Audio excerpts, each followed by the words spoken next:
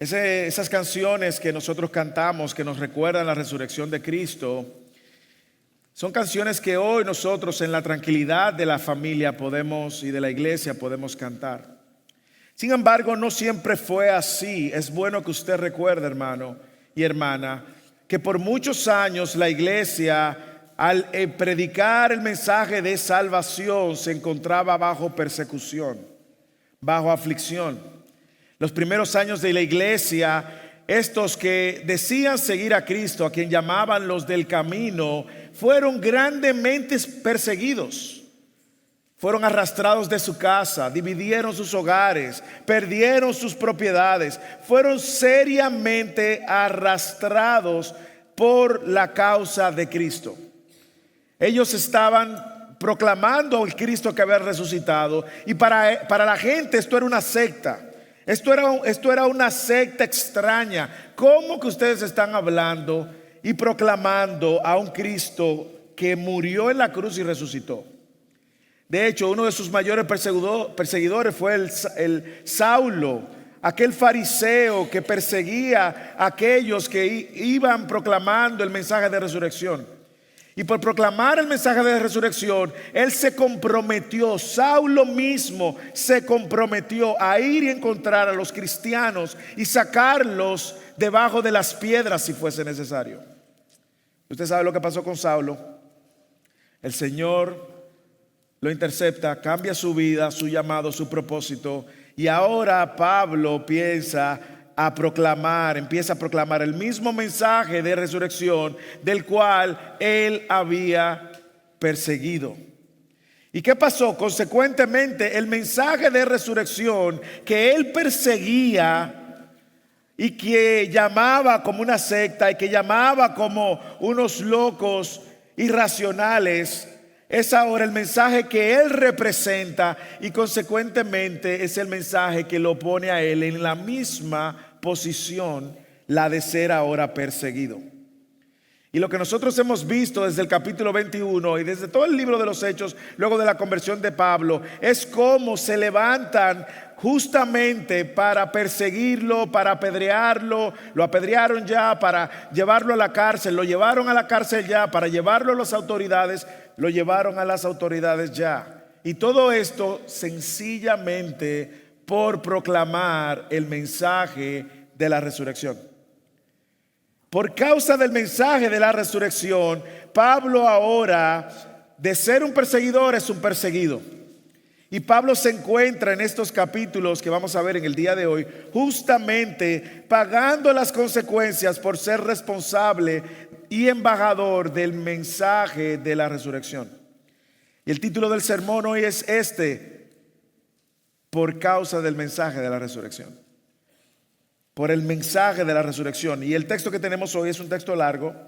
Como nos toca ver esta narrativa, no podemos cortarlo. Sería como que estuviéramos viendo una película y lo pusiéramos en pausa en un momento importante. No podemos cortar estas historias, por eso el texto es largo.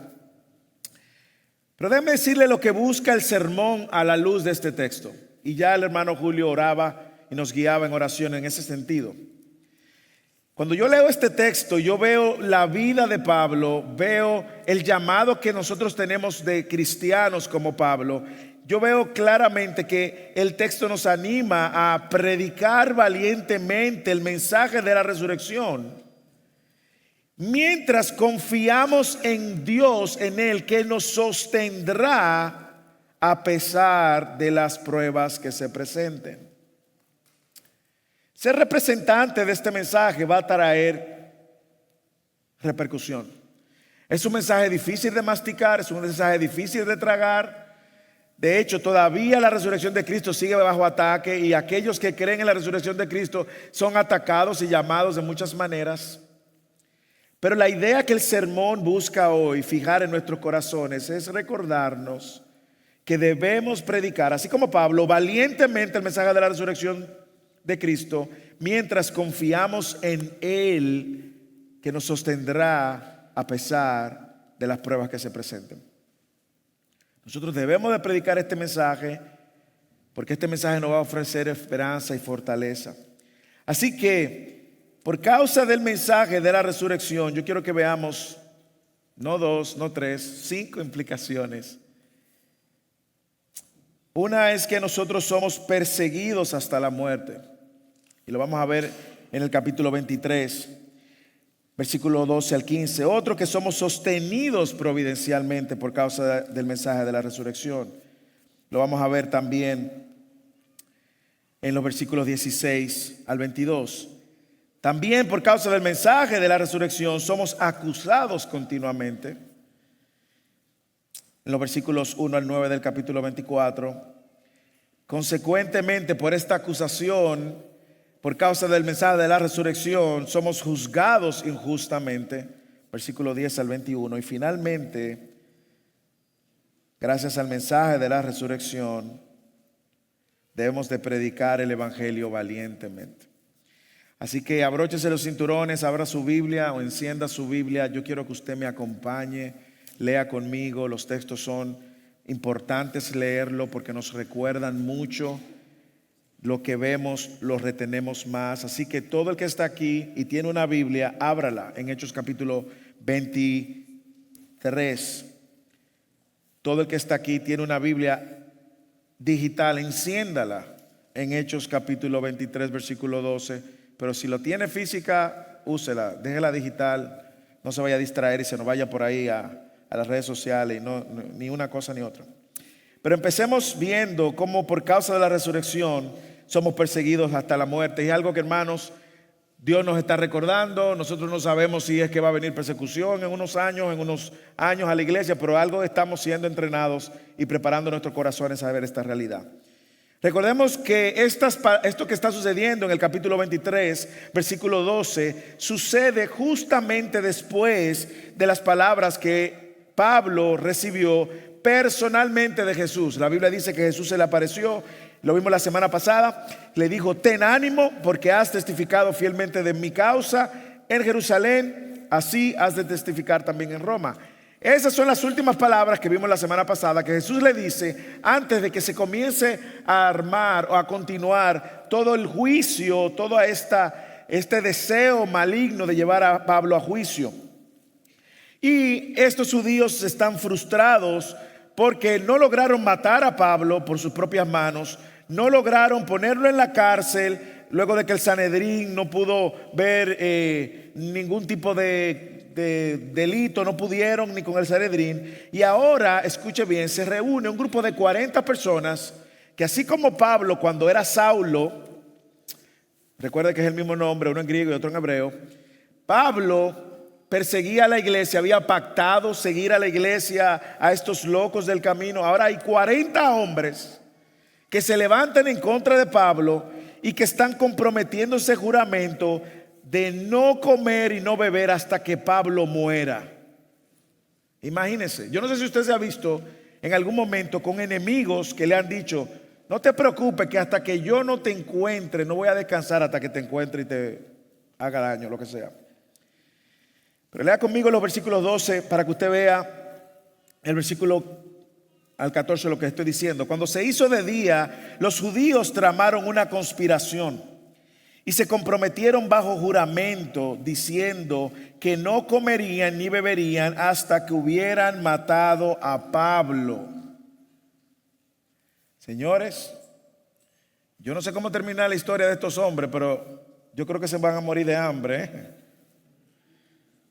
Versículo 13, los que tramaron este plan eran más de 40 hombres, los cuales fueron a los principales sacerdotes y a los ancianos y dijeron: nos hemos comprometido bajo solemne juramento a no probar nada hasta que hayamos matado a Pablo. Imagínense qué tan comprometidos. Ellos estaban poniendo su propia vida en juego hasta que no lograran la misión de matar a Pablo. Entonces ellos persuaden al Sanedrín de que le solicite el comandante y traman esto. Le dice: ¿por qué usted no le pide al comandante que nosotros queremos verlo, para que cuando lo traiga nosotros entre los 40 matemos a Pablo? Versículo 15, ahora pues ustedes y el concilio, esta es la estrategia, avisen al comandante para que lo hagan comparecer ante ustedes.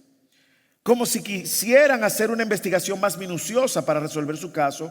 Nosotros, por nuestra parte, estamos listos para matarlo antes de que él llegue. Yo no sé si usted está viendo este plan malévolo. Es un plan movido por el odio, el celo, la envidia. Ellos están determinados a matar a Pablo. No lo lograron hacer el pueblo, el tumulto del pueblo. No lo lograron hacer tampoco a través del juicio del Sanedrín. Y ahora estos dijeron: miren, nosotros no vamos a comer nada. No vamos a comer tacos, no vamos a comer enchiladas, pupusa, sancocho, mofongo. Póngale ahí el plato suyo. No vamos a comer nada hasta que nosotros no veamos a Pablo morir. ¿Y qué tal si hacemos esto? ¿Qué tal si ustedes le dicen a las autoridades que quieren seguir investigándolo? O sea, eran estos 40 con un Sanedrín de líderes religiosos que se iban a poner de acuerdo, estos líderes religiosos, con estos 40 mosqueteros para tratar de matar a Pablo. Así que si su plan era llevar a Pablo hasta esta corte, usualmente recuerden que esas calles eran estrechas y podían fácilmente interceptarlo, asesinarlo. Y parecía que había una conspiración aquí muy clara contra Pablo. Así que en este contexto nosotros tenemos que entender también que las emboscadas eran muy comunes por parte de los ladrones, por parte de los terroristas, especialmente en la noche. Ahora, cuando nosotros nos preguntamos, si nosotros estuviéramos como los soldados y le preguntáramos: Pablo, ¿pero qué fue lo que tú hiciste? ¿Qué fue lo que tú hiciste que ha movido el corazón de estos 40, el de estos líderes religiosos, para ponerse de acuerdo, terroristas y religiosos, ponerse de acuerdo para matar a un solo hombre? ¿Qué fue cosa tan grande que tú hiciste? ¿Cuánta gente tú mataste? ¿A quién tú le robaste? La única razón por la que Pablo está aquí, no lo pierda de vista, es por causa del mensaje de la resurrección. ¿Ok? La única razón por la que Pablo está aquí, perseguido hasta la muerte, es por causa del mensaje de la resurrección. El mensaje que le dice a todo el pecador que tiene que arrepentirse de sus pecados, porque Cristo murió en la cruz y resucitó el tercer día por causa de su pecado, y que ese es el único salvador. Lo cual es increíble, porque es una buena noticia. De hecho, el hecho de yo saber que no me salvo por mis propios méritos, sino por los méritos de uno que pagó por mí, debe de llenarme a mí de gozo y alegría y entusiasmo. Pero esta gente no. Esta gente estaban pensando que era una secta, que estaban atentando contra sus intereses religiosos y sus intereses también financieros. Así que por causa del mensaje de la resurrección, Pablo está siendo perseguido hasta la muerte, una conspiración. Pero bueno que usted sepa, hermanos, y la razón de esta serie en este libro, últimos capítulos, a mí me ha encantado porque estoy conociendo más de Pablo, pero también está preparando mi corazón para recordarnos que la fe cristiana trae consigo desafíos como estos. Y la pregunta es: ¿qué tan preparados nosotros estamos para asumir desafíos como estos por proclamar el mensaje de la resurrección? Como decía nuestro hermano Michael cuando estaba dirigiendo la adoración, cómo hacer la voluntad de Dios va a llevarnos a conflictos como estos. Y yo le pregunto,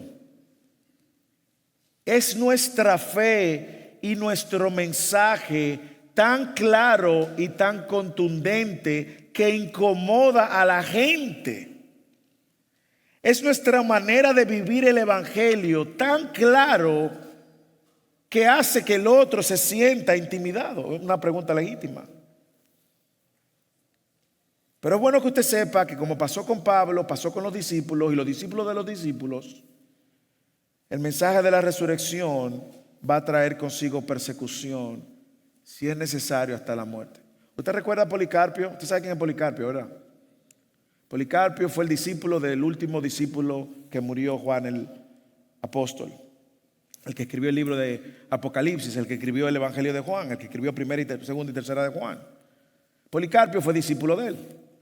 Y Policarpio, con más de 80 años, lo van a matar y le están diciendo: pues te vamos a matar, lo único que tú tienes que negar es ese mensaje y a ese Cristo a quien tú predicas. Policarpio dijo, con 80 y tantos años: por más de 84, 85 años, lo único que Dios me ha hecho es el bien. Y lo único que yo he hecho es servir a mi Señor. Yo nunca negaré ni rechazaré a aquel que me ha hecho tanto bien en el momento de mi muerte. ¿Usted sabe qué pasó con Policarpio? Lo encendieron y lo quemaron. La pregunta es si nuestra fe es una fe tan comprometida con el mensaje de la resurrección al punto que nuestras vidas mismas estén dispuestas a ser entregadas por su causa. Segundo, por causa del mensaje de la resurrección, no solamente somos perseguidos hasta la muerte, somos sostenidos providencialmente. A mí me encanta el sentido del humor de Dios y la manera como Lucas en el libro de los Hechos lo presenta. Aquí hay 40 hombres que están diciendo: no vamos a comer hasta que Pablo muera. Y ahora mire a Dios diciendo: déjame enseñarte cómo mi providencia y mi favor está en las manos de Dios. Mira el versículo 16. Aquí sabemos que Jesús le ha dicho que él iría a Roma. Pablo está tranquilo. Lucas no registra ninguna ansiedad en el corazón de Pablo, nada. Ahora, ¿cómo el texto nos está mostrando que Dios sostiene providencialmente al apóstol Pablo? Bueno, hermanos, mire, a mí me queda muy claro que no importa cómo luzca el plan más planeado, más cuidadoso, más astuto de los humanos, ningún plan, ningún arma forjada prosperará contra él ni contra la iglesia.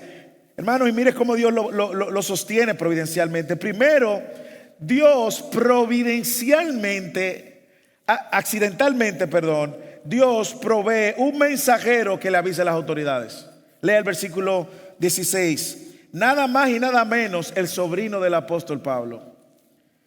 Pero el hijo de la hermana de Pablo, versículo 16, se enteró de la emboscada y fue y entró al cuartel y dio aviso a Pablo. Pablo, mira, te van a matar. Versículo 17. Pablo, llamando a uno de los centuriones, dijo: lleva a este joven al comandante porque tiene algo que informarle. Él entonces, tomando consigo, lo condujo al comandante y le dijo: Pablo, el preso, me llamó y me pidió que te trajera a este joven, pues tiene algo que decirte.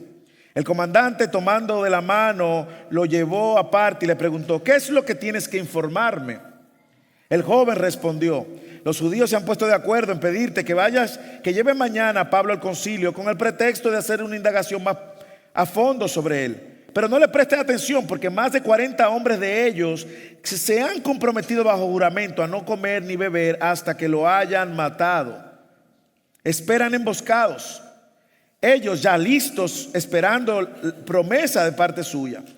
Entonces el comandante dejó ir al joven encomendándole: no digas a nadie que me has informado de estas cosas. Es impresionante ver la mano de Dios, la providencia de Dios, usando al sobrino de Pablo. No sabemos si Pablo, tenemos muchas preguntas que pudiéramos hacerle a Lucas. No sabemos si el sobrino de Pablo era creyente o no era creyente. No sabemos cómo el sobrino de Pablo se enteró. No sabemos si él estaba en la sinagoga o tenía algún amigo judío. No sabemos. No sabemos tampoco cómo él pudo llegar tan rápido al cuartel. No lo sabemos. Lo que pudiéramos especular es que, como era la hermana de Pablo, probablemente se crió en Jerusalén y que pudo crecer en medio de este contexto. Lucas no nos dice. Lo que sí sabemos es que Dios usa a este joven, escucha el mensaje y mire lo que sucede. La noticia se extendió del sobrino a Pablo, de Pablo al centurión, del centurión al comandante. Y ahora Dios está providencialmente cuidando a Pablo. Y como el comandante sabía que Pablo era de ciudadanía romana, el comandante no podía permitir que esto sucediera porque Pablo era romano. Ahora, ¿cómo más el texto nos muestra que Dios sostiene providencialmente al apóstol Pablo? No solamente mandando este mensajero que es el sobrino que cruzó en el momento exacto. Esas son las maneras de Dios. Hermano, prepárese a ver a Dios llegar en el momento exacto, ¿eh? ¿De acuerdo? Dios no anda rápido. Dios no va a llegar tarde ni va a llegar más temprano. Dios va a llegar cuando tiene que llegar. No sabemos cómo este joven apareció, escuchó del joven al Pablo, de Pablo al centurión, del centurión al comandante. Pero mire cómo más, no solamente mandando un mensajero, sino que también ahora protegiendo al apóstol. Señores, el hombre más perseguido de toda Jerusalén va a ser el hombre más protegido por el Dios de Israel. Versículo 23. Llamando a 2 de los centuriones, cada centurión promedio podía cubrir o dirigir cerca de 160 romanos soldados. Así que el comandante no llama a uno, llama a 2 centuriones. Y dijo: preparen 200 soldados para las 9 de la noche con 70 jinetes, 200 lanceros para que vayan a Cesarea. Deberían preparar también cabalgadura para Pablo y llevarlo a salvo al gobernador Félix. Ahora déjeme decirle algo. Los soldados romanos, cuando asumían una orden, asumían su vida, pagaban con su vida esta orden. Y aquí el gobernador le está dando una orden para que Pablo llegue salvo al gobernador Félix. 200 soldados, 70 jinetes, 200 lanceros. ¿No parece eso como una exageración? Estamos hablando de casi 500 personas para cubrir un solo soldado. Eso es seguridad máxima al extremo. Usted dirá, pero yo me imagino, imagínese el pueblo entero, ¿cómo se sacudirá? Pero ven acá, ¿pero quién va ahí? ¿Pero quién es que va ahí? César. ¿Quién es que va ahí? El presidente. Usted no ha visto cuando usted ve muchos carros pasando y policía, usted dice, ¿a quién es que llevan ahí? Yo me pregunto si era necesario tantos soldados, 70 caballos. O sea, era un aparataje. Pero es un contraste bien grande aquí. No olviden estos 40 hombres que dijeron que no iban a comer, no iban a beber hasta que Pablo estuviera muerto. Y ahora Dios le está diciendo, ay, necios, necios. Yo le dije a Pablo que Pablo va para Roma, necios. Y por más bien planificado que esté su plan, mi propósito prevalecerá. Hermanos, ese es el Dios en el que nosotros creemos. Hermanos, ese es el Dios en el que nosotros creemos. Hay un contraste muy grande. De Pablo ser el hombre más amenazado, el hombre en mayor peligro, pasó a ser el hombre mejor protegido en toda Jerusalén. ¿Cómo esto es posible? Hermano, eso no fue posible por Pablo, déjeme decirle. Tampoco fue posible por el comandante, tampoco fue posible por el sobrino de Pablo, tampoco fue posible por el centurión. Hermanos, esto solo es posible porque Dios providencialmente está cuidando de Pablo. Hermanos, ese es el mismo Dios que usted y yo creemos. Eso téngalo pendiente. Y aquí hay muchas enseñanzas y aplicaciones que nosotros pudiéramos sacar. Déjame sacar rápidamente algunas. Pero yo quiero que usted piense en su realidad.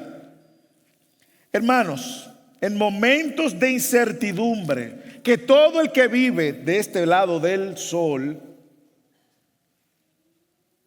escuche, en momentos de incertidumbre financiera, de salud, de relación, de sus hijos, de amistades, de trabajo, en momentos de incertidumbre, ponga su confianza en el Señor que gobierna las circunstancias.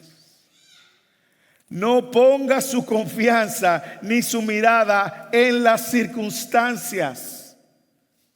Se va a llenar de ansiedad, se va a sentir frustrado, se va a enfermar, se le va a caer el pelo. A algunos ya se le cayeron por otras razones, a otros se le están cayendo por los genes. Hermanos, aprendamos en medio de la incertidumbre de las circunstancias de la vida, pongamos nuestra confianza en la palabra que Dios nos ha dado. Y lo que hablábamos la semana pasada, hermanos, el propósito de Dios se va a cumplir. El hombre más buscado para ser muerto pasó a ser el hombre más protegido. Y no sé si usted ve aquí de alguna manera la mano de Dios. No puede ver otra mano aquí. Es la mano de Dios protegiendo, guardando y sosteniendo. Dios le dijo a él que él iba para Roma, hermanos, y se puede levantar quien sea y él iba a llegar a Roma. Así que yo veo la mano de Dios no solamente enviando este mensajero, no solamente guardándolo, sino haciendo incluso a sus extraños quienes sean sus intercesores. Mire lo que pasa. El comandante, que no conocía a Pablo, que era romano y que no tiene idea quién es este hombre que quieren matar con tanto interés, se convierte en el intercesor de Pablo. ¿Usted ha encontrado eso? ¿A usted no le ha pasado que hay gente que habla por usted que usted nunca conoció? Y gente que usted nunca en su vida ha visto, ni volverá a ver, ni ha visto, y que de repente apareció en su vida, hizo algo a su favor y desapareció? Un extraño. Mira el comandante lo que hace, versículo 25. El comandante escribió una carta en estos términos. No solamente pone casi 500 hombres a cuidar a un solo hombre, de 40 hombres. Lo que estamos hablando es que estos 40 hombres iban en desventaja, porque le iban a tocar como que 11 soldados entrenados para matar por cada uno de estos terroristas. Nosotros no solamente estamos viendo que Dios lo protege con estos casi 500 hombres entrenados para la guerra, sino también que el comandante le manda una carta a Félix y le dice: Claudio Lisias, al excelentísimo gobernador Félix, salud. Cuando este hombre fue arrestado por los judíos y estaba a punto de ser muerto por ellos, al saber que era romano, fui con las tropas y los rescaté. Queriendo cerciorarme de la causa por la cual lo acusaban, lo llevé a su concilio, los religiosos, ¿verdad? Y hallé que lo acusaban sobre cuestiones de su ley, pero no de ningún cargo que mereciera muerte o prisión. Y cuando se me informó de que había un plan en contra del hombre, se lo envié enseguida, instruyendo también a sus acusadores que presenten los cargos contra él delante de usted. El comandante sabiamente no solamente está intercediendo, sino que le está pasando la papa caliente a Félix. Está diciendo: mire, esto fue lo que pasó. Y si usted se da cuenta, esta carta narra exactamente los hechos. Pero donde usted ve lo extraño es que él dice: yo no encuentro ningún cargo que mereciera muerte o prisión. ¿Cómo encuentran esta gente que quiere matarlo? Hermanos, ¿usted sabe por qué? Porque cuando Dios está al favor nuestro, hasta los extraños van a hablar bien de nosotros. Cuando Dios está a nuestro favor, hasta los extraños van a levantarse, las piedras si es necesario. Eso no lo olvide, Dios es quien está detrás. No ponga la mirada en Pablo, porque Pablo aquí no ha puesto mucha cosa. Pablo es lo único que ha sido fiel. No ponga la mirada en este comandante que le está intercediendo. Ponga la mirada en Dios. Porque este es el mismo Dios que nosotros tenemos. Es el mismo Dios que adoramos. Es el mismo Dios que proclamamos. Y es el mismo mensaje que creemos. Así que ponga la mirada en Dios, que está controlando providencialmente, proveyendo para sostener a Pablo. Finalmente, mire cómo Dios sostiene providencialmente, guardándolo en la cárcel para que nadie lo toque. Versículo 31. Así que los soldados, de acuerdo con las órdenes que tenían, tomaron a Pablo, lo llevaron en la noche, lo llevaron de noche a Antipatris. Al día siguiente regresaron al cuartel, dejando que los de caballo siguieran con él, los cuales, después de llegar a Cesarea y de entregar la carta al gobernador, le presentaron también a Pablo. Cuando el gobernador le llevó la carta, preguntó de qué provincia era Pablo, y al enterarse de que era de Sicilia, dijo: te oiré cuando estén presentes también tus acusadores. Y mandó a que lo guardaran en el pretorio de Herodes. Nada más y nada menos, en la casa de Herodes.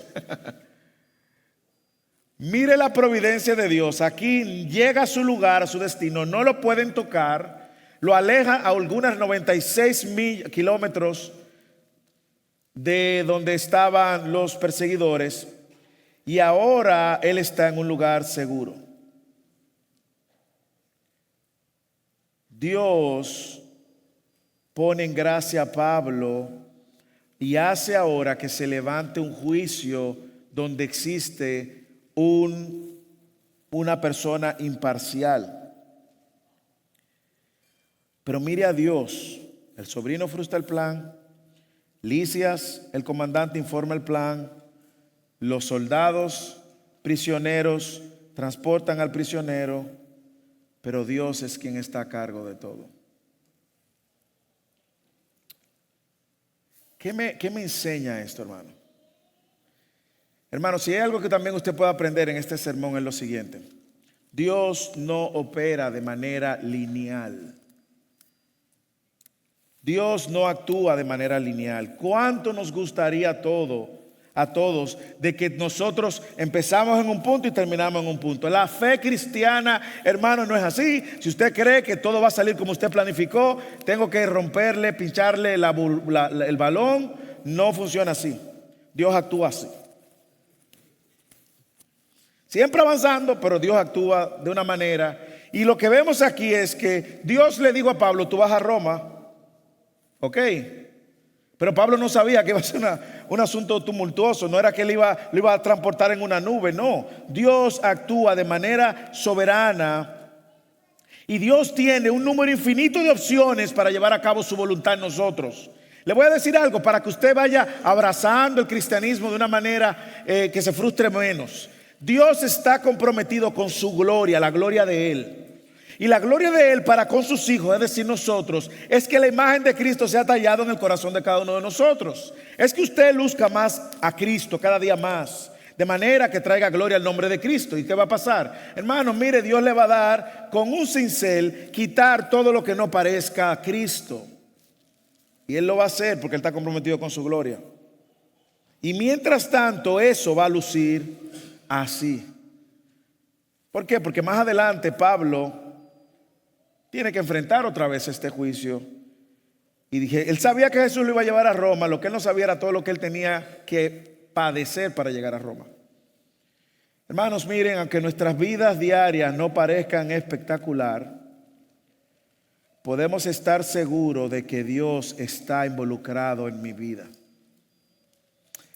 Esta semana yo visité el grupo de crecimiento de Cedar Hill.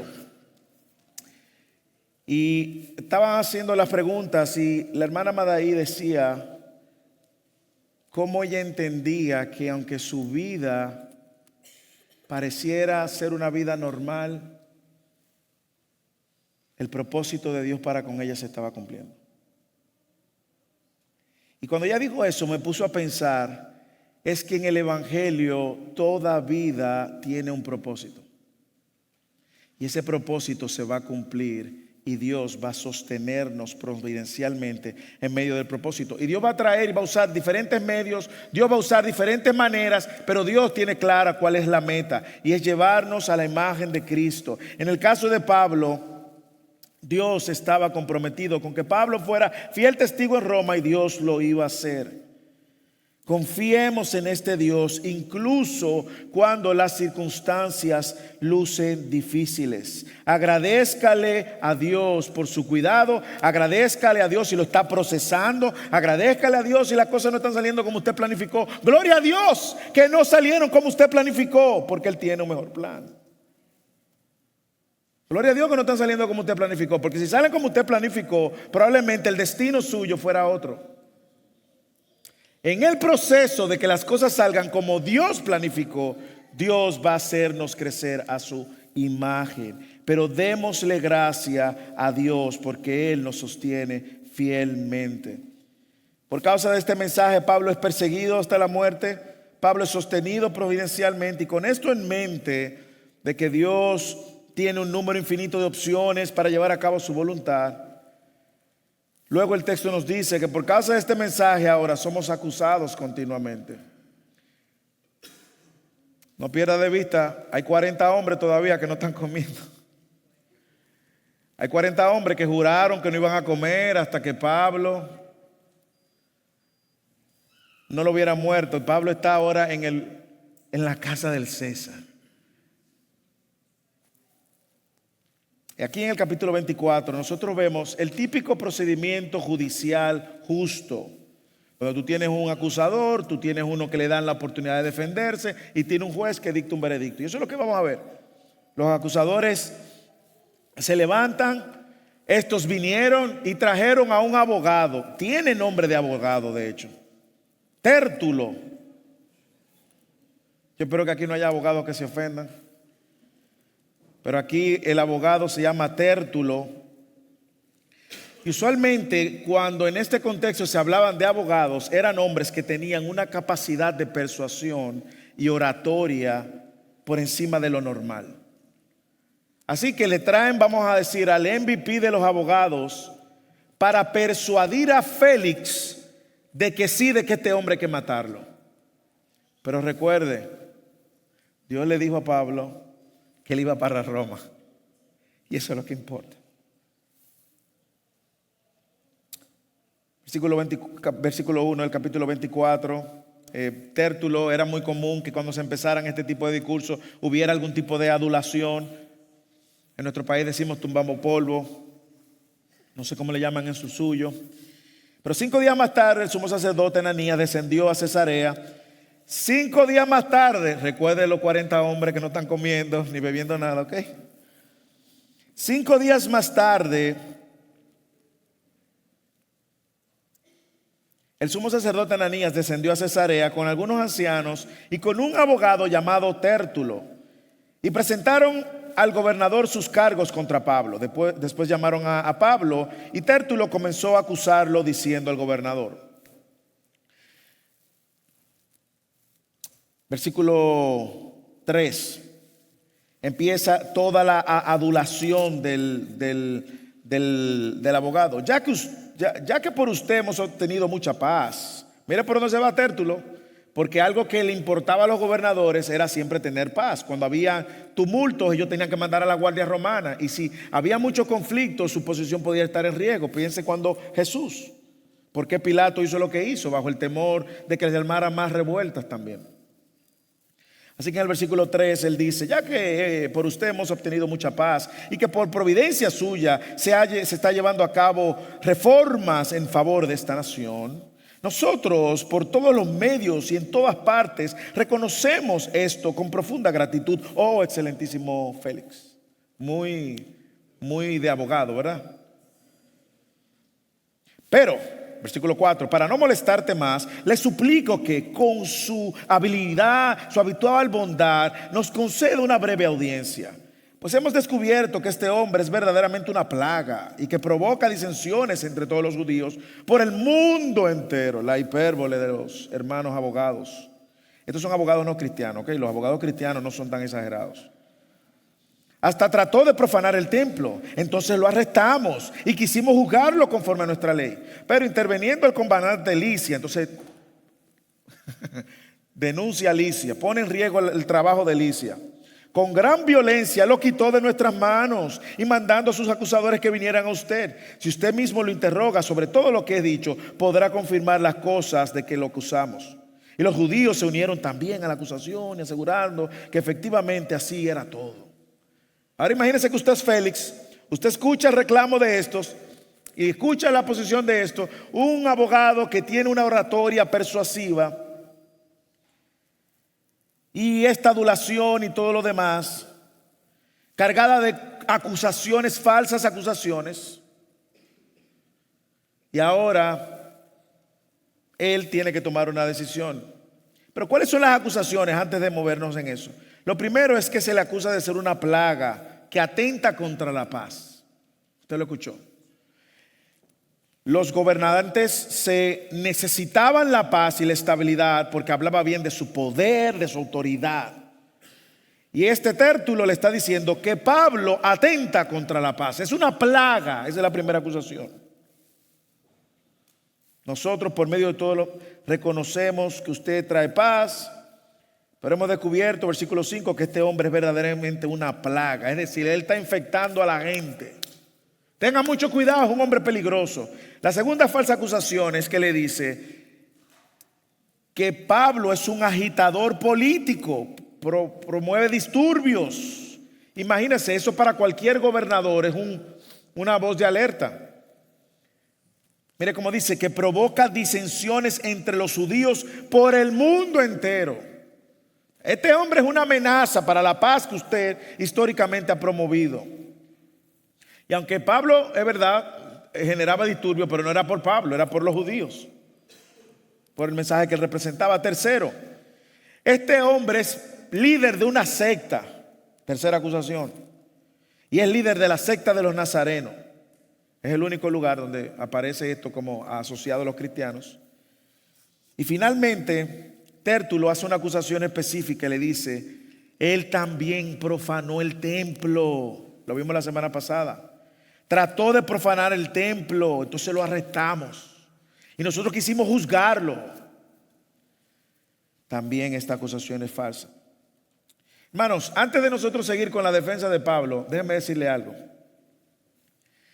En los caminos del Señor vamos a encontrar acusaciones. Procuremos que las acusaciones sean falsas y que no sean acusaciones genuinas. Recuerde que Pablo nos dijo la semana pasada en el texto que él, delante de Dios y con conciencia limpia, él había servido al Dios vivo. Y si Pablo podía decir con mucha energía, pararse enfrente, era justamente desmentir esas falsas acusaciones. Pero es posible que a nosotros se nos acusen falsamente. Y es posible que en algún momento se levanten contra la iglesia de Cristo acusándonos falsamente. Y es posible que se levanten en contra de usted acusándonos falsamente. Pero procure que sea falsa la acusación. Como Pablo. Jesús dijo en Mateo 5. Mateo 5, versículos 11 y 12. Bienaventurados son cuando por mi causa, es decir, por la causa de Jesús, os vitupiren, persigan y digan toda clase de mal contra ustedes mintiendo. Gócense y alégrense porque su galardón es grande en los cielos, porque así persiguieron a los profetas que fueron antes de ustedes. En otras palabras, Jesús le está diciendo, ustedes son bienaventurados si los acusan falsamente, si lo persiguen como Pablo. Y aquí Pablo entra perfectamente dentro de este renglón. Pero el mensaje del evangelio y de la resurrección incomodará a la gente inventará cuentos, mentiras, falsas acusaciones en contra de nosotros. Así que somos perseguidos hasta la muerte, somos sostenidos providencialmente, somos acusados continuamente, pero también somos juzgados y seremos juzgados injustamente. Así que ahora llaman a Pablo. Pablo también tiene grandes capacidades retóricas. Así que es Tértulo contra Pablo. Imagínense un matchup. Tértulo contra Pablo. Y póngale algunos efectos. Versículo 10. Después que el gobernador le hizo una señal para que hablara, Pablo respondió. Estos gobernadores, hermano, no se movían. Imagínense ahí, él hace, ok, terminaron. Habla. Y Pablo introduce, sabiendo que por muchos años usted ha sido juez de esta nación, con gusto presento mi defensa. Así que tan pronto Pablo empieza a hablar, Pablo lo que hace es desmentir ahora con sus argumentos y sus evidencias estas falsas acusaciones. En primer lugar, Pablo le demuestra que él no es un alborotador como dicen estos mentirosos. Versículo 11, puesto que usted puede comprobar, y miren lo que hace Pablo. Ahora, Pablo apela a los hechos y dice, porque usted puede comprobar el hecho de que no hace más de 12 días que subí a Jerusalén a adorar. Y ni en el templo, ni en la sinagoga, ni en la misma ciudad me encontraron discutiendo con nadie o provocando tumulto. Recuerde que los gobernadores romanos tenían toda la información de todos los incidentes que sucedían en las ciudades en las cuales ellos estaban gobernando. Y Pablo le dice, usted puede comprobar eso. Usted tiene un servicio de inteligencia mejor que la CIA y el FBI, literalmente. Compruébelo. Así que usted puede hacerlo. Y dice, versículo 13, ni tampoco pueden probar de lo que ahora me acusan. Argumento número 1, destruido. En pocas palabras, la gente, usted no recibió ningún reporte de los soldados romanos de que yo estuve en el tumulto. Es más, usted tiene por ahí el sello de entrada cuando yo entré aquí hace 12 días y usted no ha recibido ninguna notificación mía. Usted lo puede probar eso. Segundo, tampoco nosotros somos una secta, como dicen estos mentirosos. Nosotros no somos una secta, versículo 14. Pero esto admito ante usted, que según el camino, y aquí Pablo, mire lo que hace Pablo, me encanta. Pablo no se desvincula del grupo al cual él representaba. Pablo no se avergüenza. Todo lo contrario. Pablo dice, sí, déjame decirle, admito ante usted que según el camino que ellos llaman secta, yo sirvo al Dios de nuestros padres, creyendo todo lo que es conforme a la ley y todo lo que está escrito en los profetas. Yo no estoy negando el Antiguo Testamento, para ponerlo en un lenguaje que lo entendamos. Yo sirvo a ese mismo Dios, teniendo la misma esperanza en Dios que estos también abrigan, de que ciertamente habrá una resurrección tanto de los justos como de los impíos. Usted ve que el problema y la tensión es la resurrección, y yo se lo voy a demostrar. Por esto yo también me esfuerzo por conservar siempre, otra vez, una conciencia irrepresible delante de Dios y delante de los hombres. ¡Pum! Argumento número 2 destruido. A diferencia de esta gente, sin decirlo Pablo, le está diciendo, yo creo en el Dios que ellos dicen creer. Yo creo en el Dios vivo que ellos dicen creer. Y yo creo que ese Dios efectivamente va a tener un juicio sobre los impíos que no creyeron en Dios y los justos, los que sí creyeron en Dios. Y le digo algo más, yo vivo de una manera con mi conciencia irreprensible delante de ese Dios a quien yo creo, sirvo, por quien vivo, y delante de los hombres. Y me imagino que en ese momento, ellos sabiendo que están mintiendo, pudieron haberse sentido confrontados por el testimonio de Pablo. Y esto llevó a Pablo a ponerse en una posición de coherencia. Y yo creo que es un llamado para todos nosotros. Pablo puede ir a este juicio y con conciencia limpia decir, yo he sido coherente, en pocas palabras. Yo admito que yo sigo el camino, porque el camino es el único que me va a llevar al Dios viviente. Ese camino tiene un nombre, se llama Jesús. Él dijo, yo soy el camino, yo soy la verdad y yo soy la vida. Ese es el mismo Dios que yo creo, el Dios que habló en el Antiguo Testamento, el Dios que habló por medio de los profetas. Sí, yo creo y vivo, y más aún, no solamente lo creo, sino que yo vivo de acuerdo a lo que creo. Mi conciencia está tranquila, una conciencia irreprensible, sin reprensión delante de Dios. Hermanos, ¿cuántos de nosotros podemos decir eso?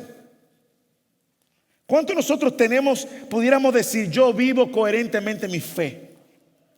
Yo vivo, es más, mi mayor carta de representación es que lo que yo creo lo vivo. Le pudiéramos preguntar a su esposo o a su esposa si usted vive su fe.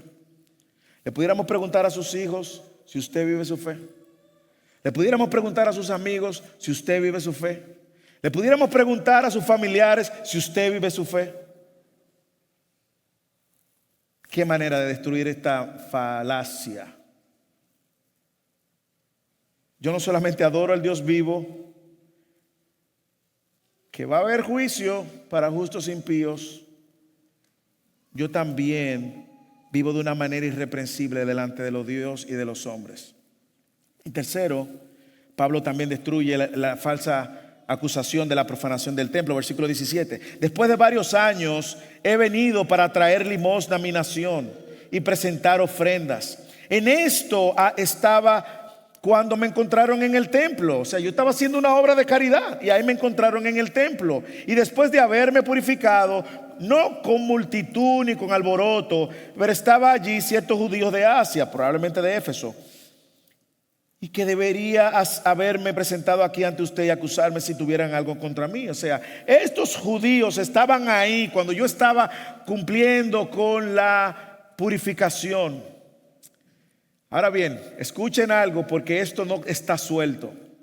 ¿Cuántos recuerdan? Y de hecho algunos me preguntaron, incluso mi esposa Bexy me preguntó, hace una semana por qué Pablo tenía que cumplir con el ritual. ¿Usted lo recuerda hace una semana? Cuando él llegó a Jerusalén y le dijeron y le dio el reporte y estaba Jacobo y le dijo: mira, aquí la gente, miles de judíos han creído en ti, pero espérate que ellos van a esperar que tú hables.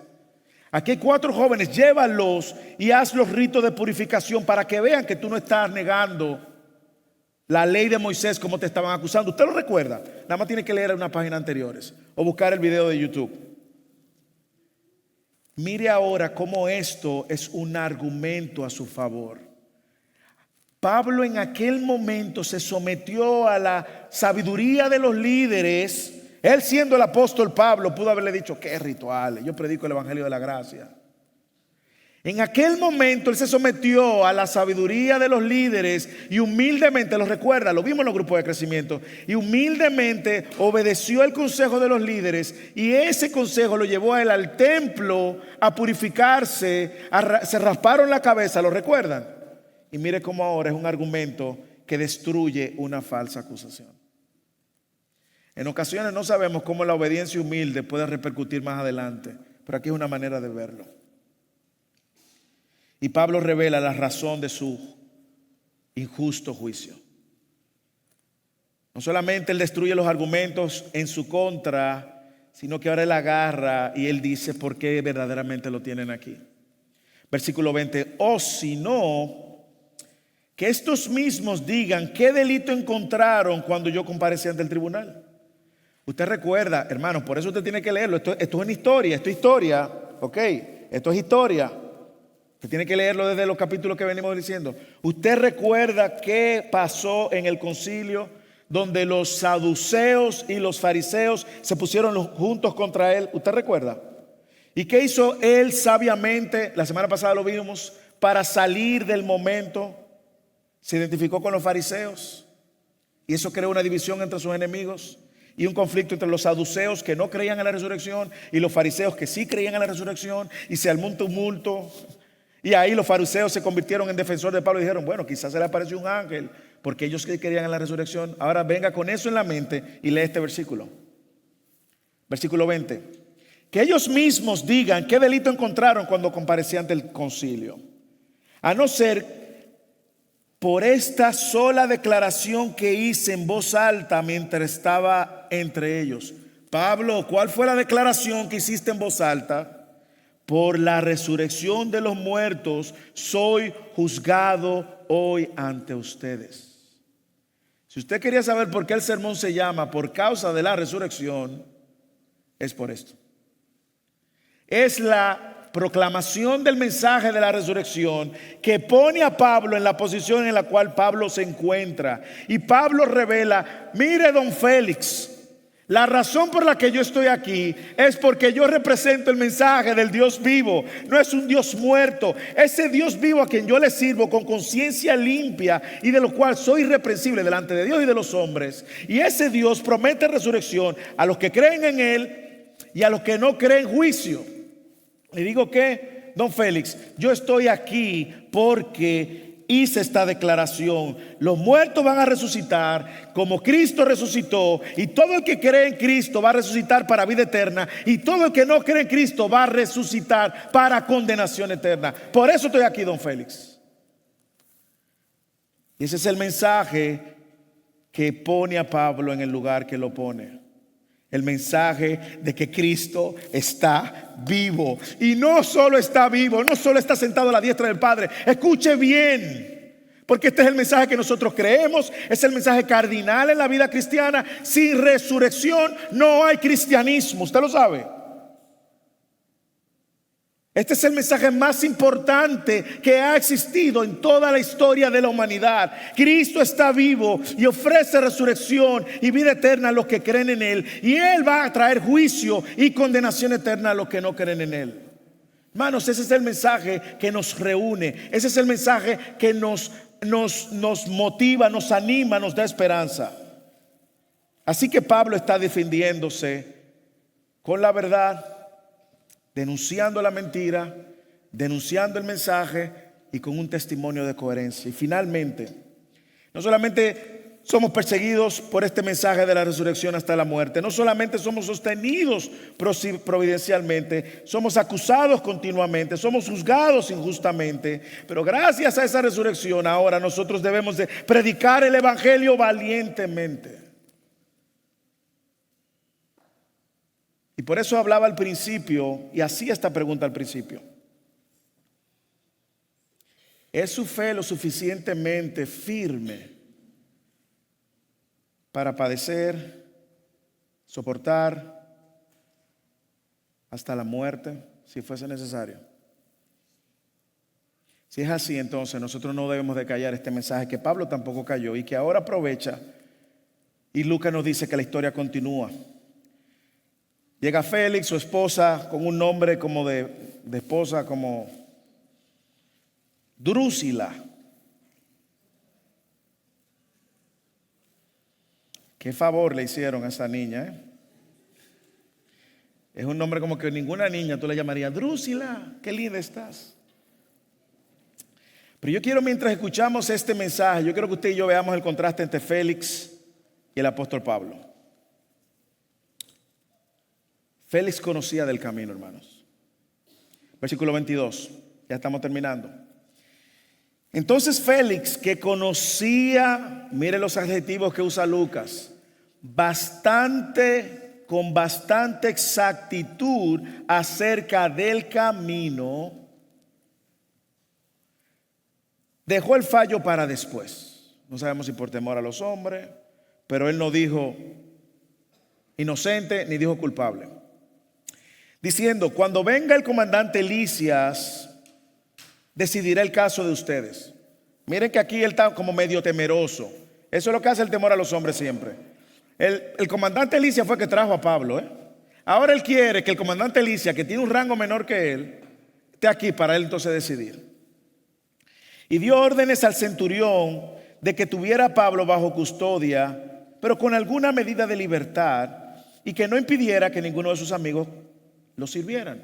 En otras palabras, Félix dice, esto no es tan grave, vamos a tenerlo aquí en la casa, en el pretorio, y que vengan los amigos y tengan acceso a la visita. ¿Ok? Eso es básicamente lo que está diciendo. Pero mire el contraste.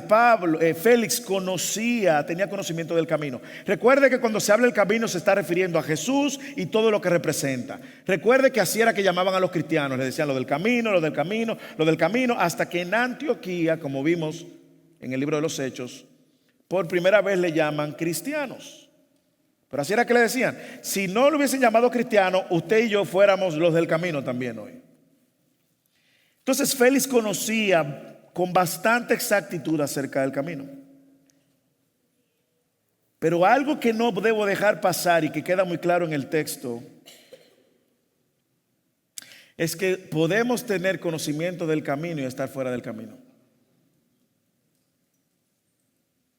Usted puede conocer el camino y saber que Jesús es el camino. Usted puede creer que Jesús murió en la cruz. Usted puede creer que Jesús resucitó al tercer día. Usted puede creer y tener bastante información del camino y aún así estar fuera del camino. ¿Cuál horrenda posición?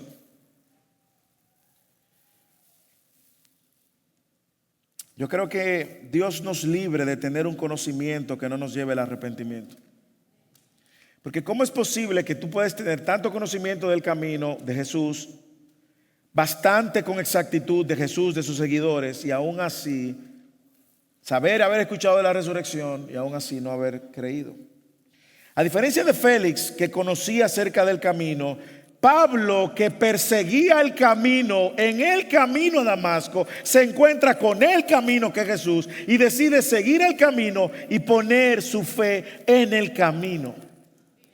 Mira el versículo 24. Pero a pocos días más tarde llegó Félix, que era con Drusila, su mujer, que era judía, y mandó a traer a Pablo y lo oyó hablar acerca de la fe en Cristo Jesús. Cristo Jesús igual al camino. Por un lado usted tiene a Félix, que tiene exactitud y conocimiento bastante del camino, y por otro lado usted tiene a un Pablo que se había encontrado cara a cara en el camino con Jesús, que declaró ser el camino, y ahora Pablo tenía su fe puesta en Cristo Jesús en el camino. Hermanos, déjenme decirles, porque esa puede ser la realidad de algunos de ustedes que están aquí hoy. Algunos de ustedes que están aquí hoy pueden tener conocimiento del camino, pueden saber de Jesús, pueden decir, sí, es bonito ir a la iglesia, es bonito cantar al Señor. Oh, sí, yo voy a la iglesia los domingos, y no estar en el camino, hermanos. Si usted no tiene su fe puesta en Cristo Jesús, aunque usted conozca de Jesús, si no tiene su fe puesta para salvación, perdón de sus pecados, aunque usted venga a la iglesia, puede que esté fuera del camino. Venir a la iglesia no te entra en el camino. Es solo por la fe en Cristo que usted va a ser salvo de sus pecados y va a poder entrar en el camino. Al menos que no suceda algo como lo que sucedió con Bartimeo, que cuando Jesús iba pasando por el camino, usted lo recuerda, él gritó: Jesús, hijo de David, ten misericordia de mí. Y Jesús, los discípulos trataron de callarlo. No, cállate, cállate, Jesús. Y él gritó más fuerte. Y Jesús lo mandó a buscar. Le dio la vista doble. Y dice el texto, si usted lo busca, que a partir de ese momento él lo siguió en el camino. Al menos que usted no tenga un encuentro con el camino, aunque venga a la iglesia, puede que esté fuera del camino. Y Jesús estaba hablando acerca de la fe en Cristo Jesús. ¿Y qué hace Pablo con su fe? La comparte, lo que debe hacer todo cristiano. Versículo 25. Al disertar Pablo sobre la justicia, el dominio propio y el juicio verdadero, Pablo aquí le presentó el evangelio a Félix. Le habló de tres cosas que son básicas: justicia, dominio propio y juicio venidero. Tres temas que son importantes en la salvación. Saber cómo usted es justificado, declarado justo por Dios. Saber cómo vencer la tentación, dominio propio. Y cómo escapar del terrible juicio final de Dios. Pablo le predicó el evangelio. Y si usted está aquí como Félix, déjeme decirle, usted solamente puede ser declarado justo en ese juicio que Pablo está diciendo que va a venir para vivos y para muertos, para justos y para pecadores. Usted solamente va a poder ser declarado justo de una sola manera. Una sola manera, no por sus obras, no porque venga a la iglesia, no porque se porte bien, no porque ayude a los niños pobres de Somalia. No. Usted no va a ser justificado por obras, usted va a ser justificado por una sola obra. Y es la obra de Cristo Jesús. Y es luego de que usted es justificado por esa obra y recibe el nuevo nacimiento, donde usted ve su miseria espiritual y clama por salvación y perdón de sus pecados, que usted va a poder entonces vivir de acuerdo a eso y tener dominio propio sobre su pecado. Y el día del juicio, que todos vamos a padecer, le digo algo: si usted ha sido justificado por Cristo, usted va a ser hallado justo. Pero si usted no anduvo en el camino por causa de no haber creído y puesto su confianza en Cristo, usted va a ser declarado culpable y va a ser condenado eternamente. ¿Cuál fue la respuesta? La respuesta de Félix no fue la mejor. Lamentablemente Félix no mostró arrepentimiento de pecado. Félix no puso su confianza en Jesús. Félix rechazó el mensaje. Félix, atemorizado, dijo: vete por ahora, pero cuando tenga tiempo te mandaré a llamar. La gente no quiere que le hablen de pecado. La gente no quiere que le hablen de arrepentirse de sus pecados. La gente no quiere que le hablen de juicio. Y Félix es un ejemplo de eso. Más aún, Félix amaba más al dinero que a Dios. Versículo 26. Al mismo tiempo tenía esperanza de que Pablo le diera dinero. Y por eso lo llamaba con frecuencia. Mire la motivación detrás de Félix. No era el mensaje que Pablo representaba, era el dinero que él le pudiera sacar a Pablo. Ese soborno: hey, toma lo tuyo ahí, pero déjame hacer lo que yo quiero, Félix. Eso lo vemos en las autoridades. En todos los países de Latinoamérica con más fuerza, aquí tampoco es la excepción. Pero él amaba más al dinero que a Dios. Pero Pablo aquí está enseñando que él sigue a un Dios vivo y que su fe está en Cristo. Y su mensaje vino cargado del Evangelio, las buenas nuevas de que Dios dio a su Hijo para salvación y perdón de los pecados. De que Cristo Jesús fue resucitado al tercer día y que ahora por esa resurrección usted y yo tenemos esperanza de resucitar. El mensaje del Evangelio que Félix rechazó es el mensaje del Evangelio que hoy a nosotros nos salva y nos sostiene. Alguien dijo que la resurrección de Cristo es el amén a todas sus promesas, y esas promesas es que usted y yo vamos a ser salvos. Hermanos, por causa de la resurrección somos perseguidos hasta la muerte. ¿Usted está listo para morir por Cristo? Si no, pregunte qué usted ama más en esta vida que a Cristo. Segundo, somos sostenidos providencialmente. Usted está viendo la mano de Dios a pesar de las dificultades, las aflicciones. Dele gloria a Dios. Seremos acusados continuamente. Que esas acusaciones sean falsas, ya que hemos comprometido nuestra vida a vivir coherentemente. Seremos juzgados injustamente. Tengamos claro el mensaje que vamos a compartir valientemente. Si tú nos visitas hoy, es el mensaje que Pablo llevó a Félix, es el mensaje que queremos que tú retengas. Es el mensaje de que así como él dijo que un día van a venir juicios, un día tú vas a tener que compadecer delante de Dios. Un día vas a tener que dar cuenta a Dios. Un día vas a tener que venir delante de Dios. Y te vas a presentar delante de Dios en tus méritos o por los méritos de Cristo. Y si te vas delante de Dios en tus propios méritos, Señor, yo fui bueno, yo iba a la iglesia todos los domingos, yo hacía misa. Si vas en tus propios méritos, te espera una condenación eterna. Y es nuestra oración que puedas abrazar a Cristo como Pablo lo hizo. Ponga tu fe en Cristo como Pablo lo hizo. Y que estés dispuesto a vivir para Cristo como Pablo lo hizo. Que el Señor nos ayude en esta mañana a vivir el mensaje de la resurrección.